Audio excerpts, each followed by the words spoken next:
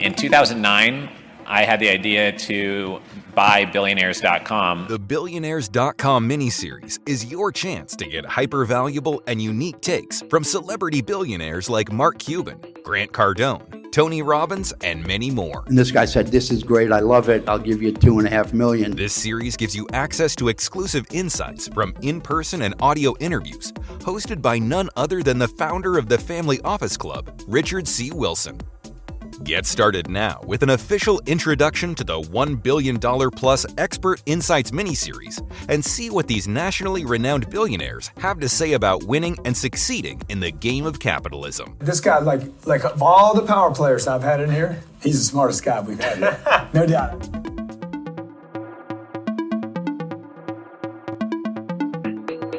One interesting thing I've learned is that I studied psychology after my MBA, and I've learned that the top 150 people in your life are going to decide what type of business deals you do, where you go, what social networks you're in, who you familiarize yourself with and think is like the norm in your life or the baseline or the way to act, etc. You just naturally emulate these top 150 people you spend the most time with. But most people don't consciously kind of select and choose and try to design who those 150 people will be. It's just naturally your clients and your family and maybe neighborhood friends and different business clubs you're in, etc. People you're doing deals with, your employees, etc. But I've been putting more time into thinking who are the 150 most valuable family offices and interesting people in the Family Office Club that I want to be spending time with and be more like as we grow the Family Office Club. And this next person, Dr. Bharat Sangani, is one of those top 150 people in the Family Office Club out of the 15 or 20 best deals that we see at any one point in time. Usually one or two is coming from him and his network and his team. So over the last 20 years, he's invested in real estate longer than that, but over the last 20 years, he's grown 110 employees in their core office with thousands of employees within their assets. And he's grown a $1.4 billion plus investment firm organization. And he's going to share with us today 5 insights that have came from building a $1 billion plus organization. So let's invite Dr. Bharat Sangani up to the stage. Good afternoon, morning, whatever. Ladies and gentlemen, I thought Richard liked me, but he puts me as the last speaker before lunch. So I'm not sure what he feels about me. So I got about 15 minutes to talk about, and most likely I'm not going to finish what I'm going to say. So it's up to you to go back to him and say, you need to bring him back later on. If you like it, you do that. If you don't like it, say, why did you give him 15 minutes? But first of all, since he put me in such a terrible position to give a talk, I'm going to say some bad things about him too. So you see all these slides? This is my production. He used to have boring slides before he met me. Now, today you saw his slides. He had all the pictures and everything. That's not his idea. That's my idea. He stole that. No, just joking about it. It's a great opportunity to be with Richard here. The first and the foremost rule I'm going to talk to everybody is something that has to be physical. So what I would like to do is I would like everybody to stand up. This is the way to make a $1 billion company, guys. Don't say, my God, he's making us wake up, stand up. Now raise both of your hands above your head. Okay, now put it down. Now get your shoulders a little bit relaxed. Now wiggle your shoulders and arms. Okay? Now I'm going to say 3 times, 1001, 1002, 1003. On 1001, I'm going to take a deep breath, and you take a deep breath with me. 1001. 1002. 1003. Please sit down. Just wanted to see everybody was awake. No, there is a deep meaning behind it. The first lesson I learned, and my dad taught me this lesson, was in investment world, relax. Always relax. There is always the next deal around the corner. Do not worry about spilled milk. Do not worry about what you lost. Do not worry about you missed Facebook, you missed Apple, you missed this and you missed that. Google. Does not matter.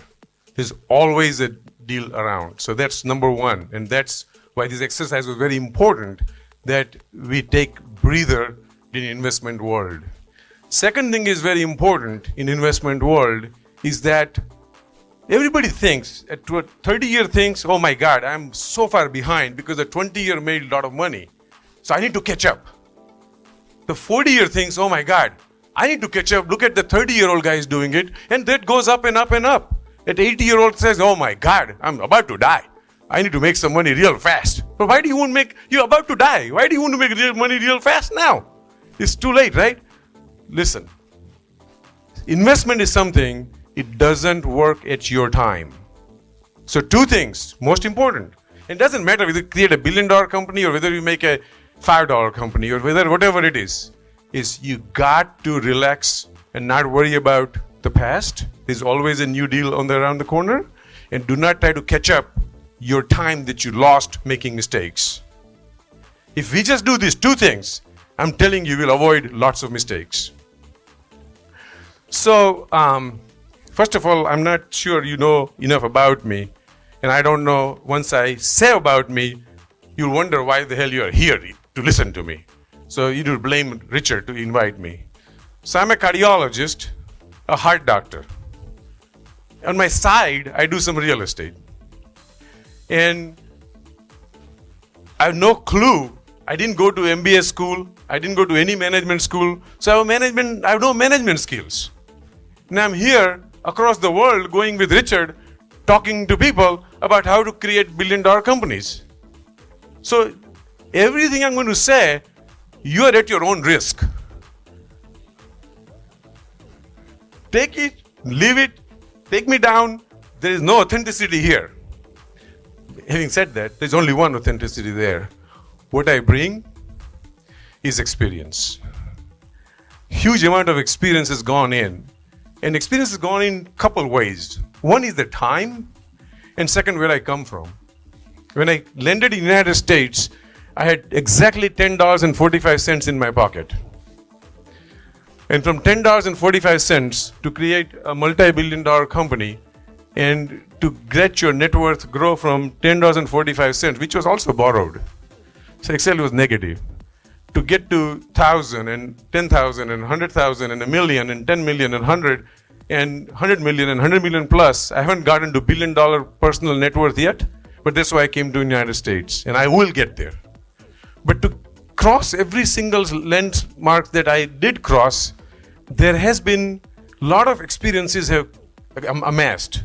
And let me tell you, a lot of people say that it is getting very easy. Once you make in first money, then second money is easy, third money is easy. Partly it is true, and partly it is not. Let me tell you where it is easy. It is easy when you are doing your thing, and you became a doctor, you became an architect, you became a lawyer, you became this, you became what, okay? It's very easy that you started making $1,000, $100,000, with $200,000, maybe $1 million. At peak, as a cardiologist, I was making $1.7 million a year just by doing medicine. And it was very easy. So I was controlling, I was working, and I was doing very well. Then it was somewhat difficult when I started trying to get money and making money based on other people's expertise. So to get from $1.7 million to $10 million number, which was what I started making with my medical business and other things, because other doctors were working for me and I was taking 7% management fee and this and that and all that kind of stuff, and I was bringing some entrepreneurial spirit in the medical world. And then I thought, this is easy. I just keep doing this and we'll make $1 billion, which is the promise I made when I came to the United States, that I will be a billionaire myself. This should be very easy. Man, look, every year I'm making more and more money. How wrong was I? It's very easy when it is all you and you are creating the wealth. But there is so much. There are only 24 hours in a day, and there is so much you can do. At some point, your personal abilities to generate wealth is going to exhaust. If the ability doesn't exhaust, time will exhaust. If time doesn't exhaust, health will exhaust. If health doesn't exhaust, brain will exhaust. Something is going to exhaust. So you need to find a balance at that point. So this is how some put something together that how do you go? It's whether you put $1 billion or $100 million or whatever it is, it's irrelevant. It is when you personally fail to create a balance of health, wealth, and relationship with your personal family, friends, partners, you need to wake up that I'm not doing something right. Just remember these three things: health, wealth, and wisdom. I call it wisdom of relationship. You start messing any of these things up, you need to come visit this. So, having given that scenario, let's just start with this number one lesson. Again, as I said, these are just broad observations, experiences. This is not all encompassing way to create a $1 billion company. There are sure other people have other thoughts, and I'm not going to argue with people. These are just the thoughts that has worked for me. And I'll exactly show people what I mean by it. And number one, as I said, is delegating tasks and managing people who have been delegated. I have seen time and again about, and these are rough numbers. There's no science behind it. It's just my personal experience. It could be 100% wrong, or it could be 102% correct. But I believe that if you have 100 people, about general population, I don't think 90% truly want to delegate anything, because we all believe nobody does the job as good as we do. And that's probably correct. So that leaves 10 people left who know how to delegate or to delegate. How may be a questionable number or word, but to delegate. So let's say out of 100, 90 just don't know delegate. Well, forget for them a growth. If you don't delegate, I don't know how you grow. So forget growth. If you can't do that, you need to go to a school. And I have a school too, by the way, to teach that. It's called University of Health, Wealth, and Wisdom. We'll talk more about it at break or other times. But that's the first thing we need to learn. Out of the 10 people who actually can delegate work, I believe that about 2 to 3 people only know how to create accountability. It's very easy for me to walk away from here and say, you go ahead and pick up all these clothes from this table, from these tables at the end of the day. And I walk out. And I come next day morning and it's still sitting there and say, delegation doesn't work. A delegation without creating accountability is worthless. Doesn't do any good.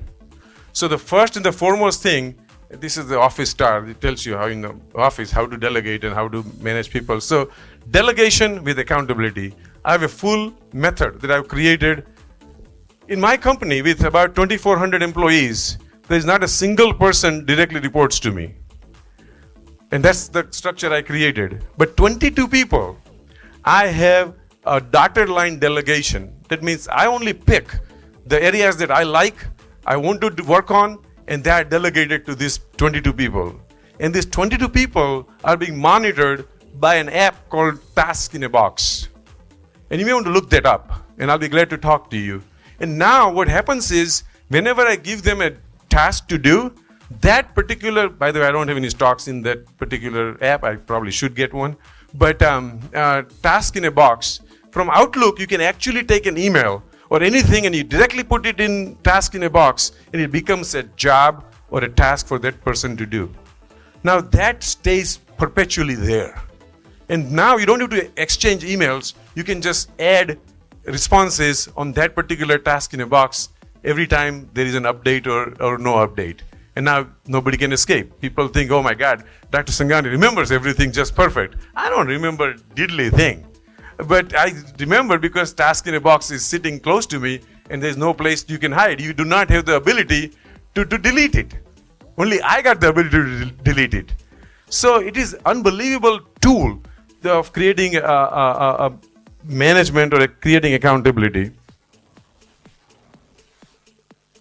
Yeah, we all think we are Superman or Superwoman now.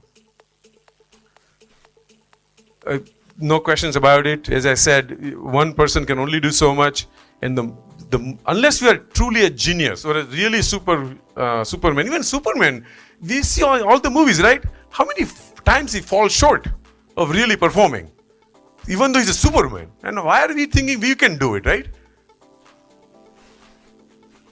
This is also very important. When this is somewhat out of it, this discussion is whether you want to create a child-parent relationship when you want to delegate, or whether you want to create a thinker. And this is where I make a difference. I want people to make a decision and then report it to me what they would do in a particular situation versus coming and asking me, what should I do? That does two things. One, because they have to, or they already decided what to do and thought of it, my ignorance never shows up. Because I say yes, because they already done the research. And second is, it avoids me to think. So it saves my time. And third of all, now I've created entrepreneurs, mini entrepreneurs in my entire company. Everybody starts thinking. A simple example is if you want to buy a desk. I don't want somebody to come and ask me or supervisor and say, can I buy this desk or can I not buy this desk? And depending upon my mood that day, I'll say yes or no. If I say yes, he's happy. If I say yes, he says, this guy is a nuthead, doesn't understand anything, cries and goes home. Child-parent relationship. But if I have trained the person that all you have to do to get a desk is you need to write me an email, say, hey, my desk broke this morning. You know I got a back problem. I cannot stand all day, so I have to have a desk. My productivity will be higher if I have a desk. Now I did research on it.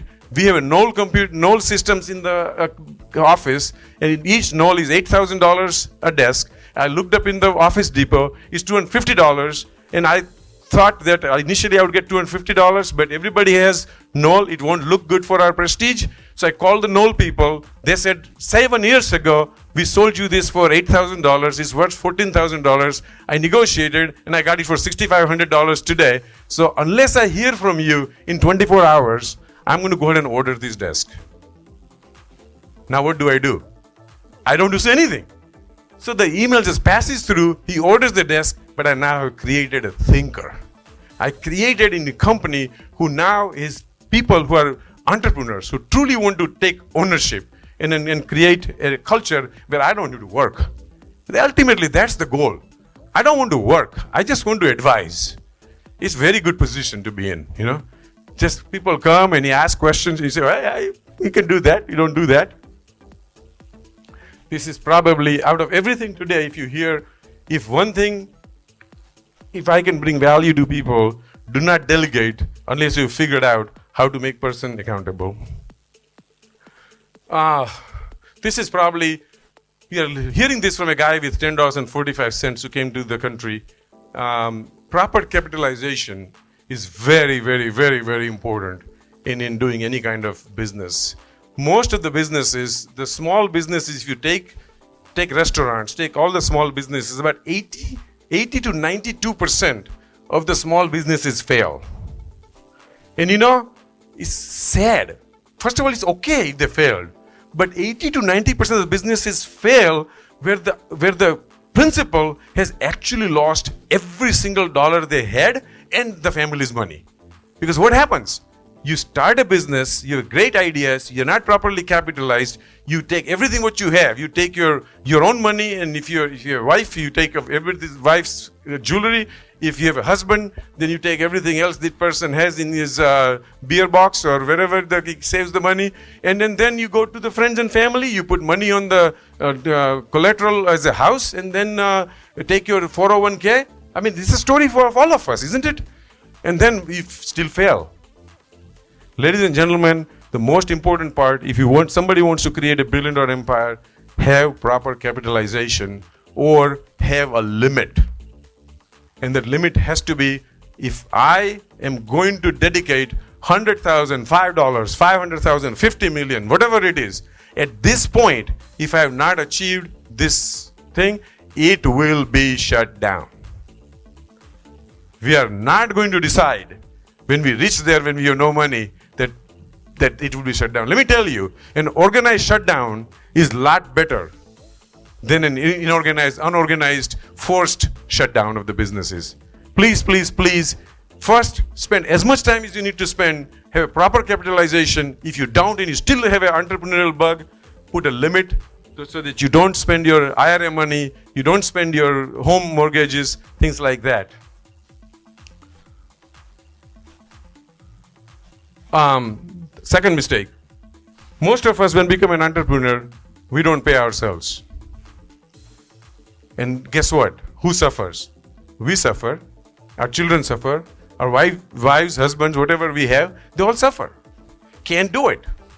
If you start a business, first put your salary in. And the business cannot support your salary, then go work for somebody. At least you will have that kind of money. You got to have your value defined, whatever the value is. And you need to be proud of your value. And you need to put exactly what your value should be.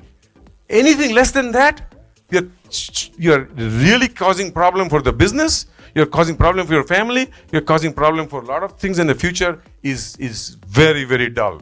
So I'm promising you, if you, capitalization is very, very important, paying yourself is very, very important. Why do people with all these big wirehouses succeed?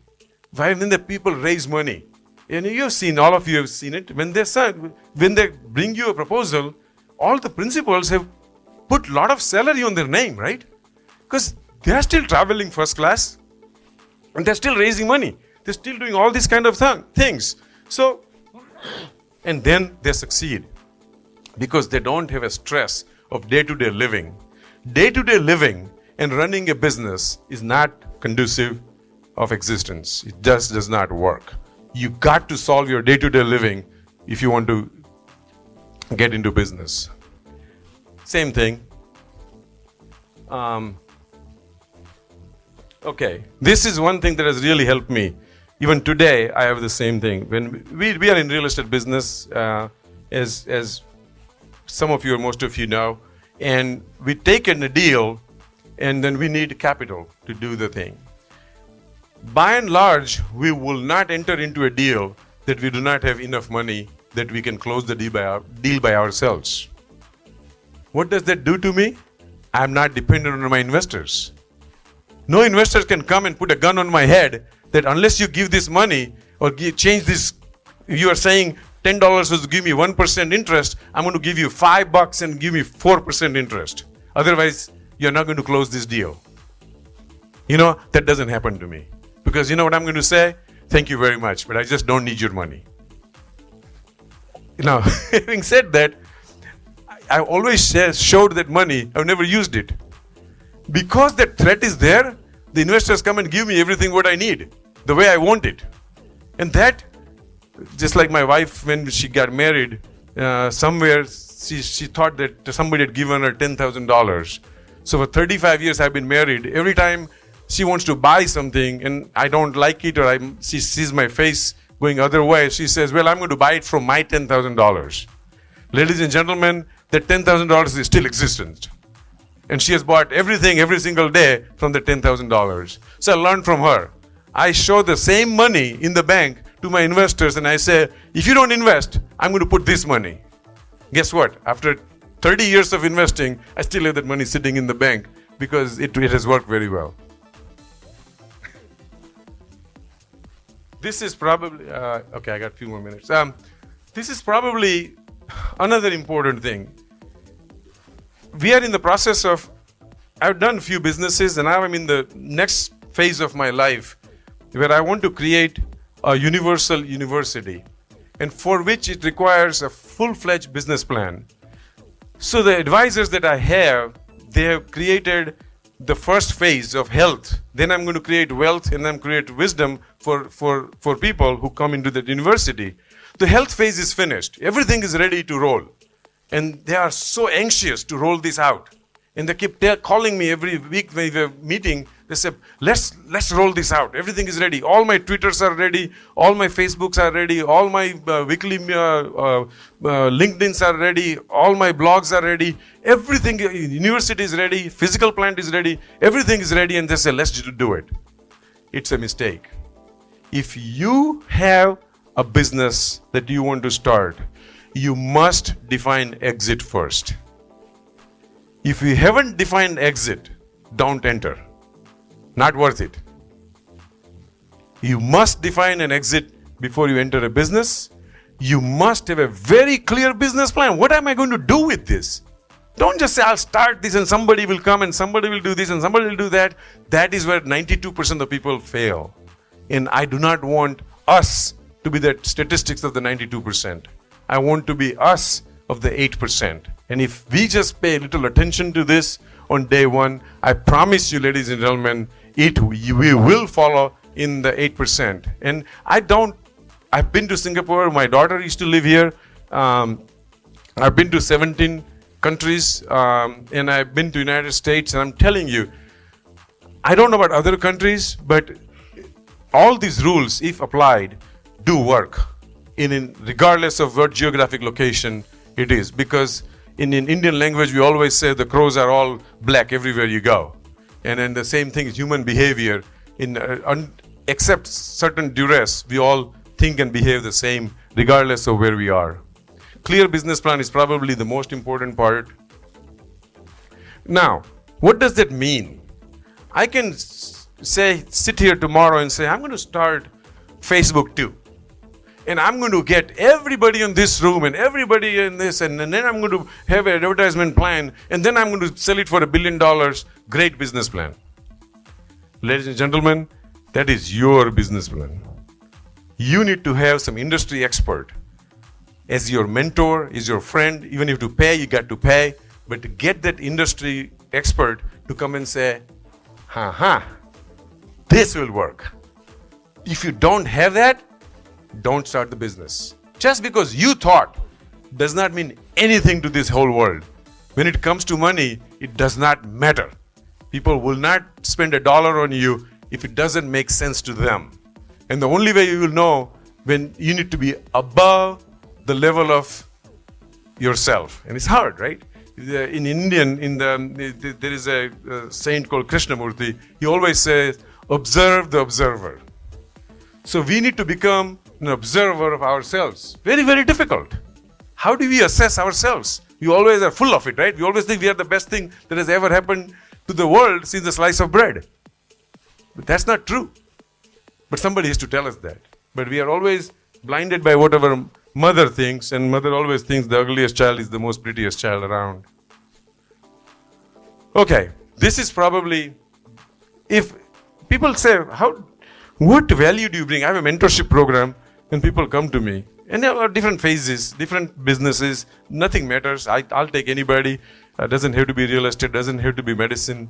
And they say, how do you think you can help us? Let me tell you, the best mentor is somebody who tells you what not to do. If the mentor has to tell you what to do, you don't deserve it. A best mentor stops you. Just think about it. There are 10 roads to go, and one road goes to the destination. And the mentor tells you, you cannot go on these 9 roads. What's going to happen? Only one thing left, right? You will end at your destination. There's no question. Nobody needs to tell you how to get there. People just need to tell you what not to do. So find a mentor, and that's some of the people who have accomplished a lot of things in lives. They can probably help you the most. You must, out of all of these things, few of the points are real pointers. This is very, very important. Somebody needs to vet your business plan, and somebody must stay with you to tell you what not to do. Whatever cost you to give. Now, we usually charge 10% of the company after they've taken off, after they've gotten their all the investments back first. I don't charge $1, nothing. Everything they get, all the investment they made it back, they get a salary, and then I get 10% of the company. But that's, if you have to give 10%, 30%, 50%, whatever percent you need to give of your company, I'm telling you, this is get you there the fastest. Again, how to motivate people. The biggest thing people can do is not be clear with people who are following you. If you're not clear of that, in my case, 2,400 people in our company, what my objectives are for the company, for them, how are they going to get someplace, then it's not going to work. It needs to be very clearly defined. I'm not going into much details right now. I got 2 more minutes left, and I think I'm less than 3. So I'm going to stop at 4 regardless. So if you guys can tell Richard to bring me back, but I'm going to let you decide. This is probably very, very important. Equally important, I think.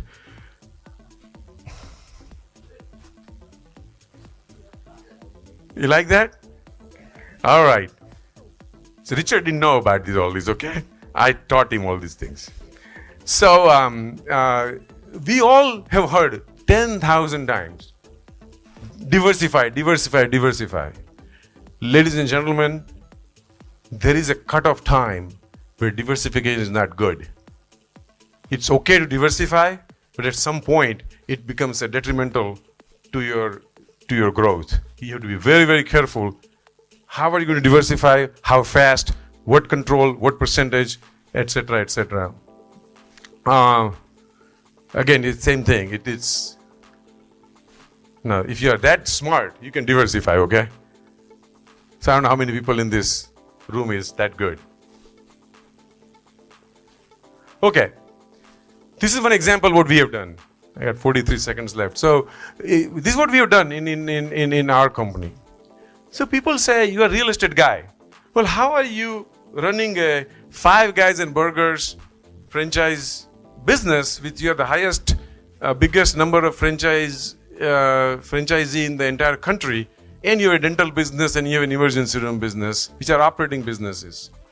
There's too much diversification. But think about this. Create a lot of depreciation in real estate business. Lot of operating income from all these operating businesses. Somebody who doesn't have this, guess what? And I don't know what the tax rates are in the rest of the world, but in the United States, if it's an operating income and if you're in the highest tax bracket, it's 37.9% taxes. And if you're in California, New York, add another 10%. So if I want to give 50% of my money I made here in taxes, what can I do? The depreciation, which is the losses that generated here without doing anything, and if I'm an active investor, I can diversify and take the losses from here, take the income from here, put it zero, and I don't need to pay any taxes. And we have done that. I've done that for the past 20, 25 years, and that's why probably Trump doesn't want to show his tax returns because he hasn't paid any taxes. But he has not paid his taxes legally. He created a lot of depreciation losses and he offset with the income that he created. So this is what we do. I think I'm going to stop here. I know everybody is hungry. The fifth one is not important anyway. So thank you very much for listening to me.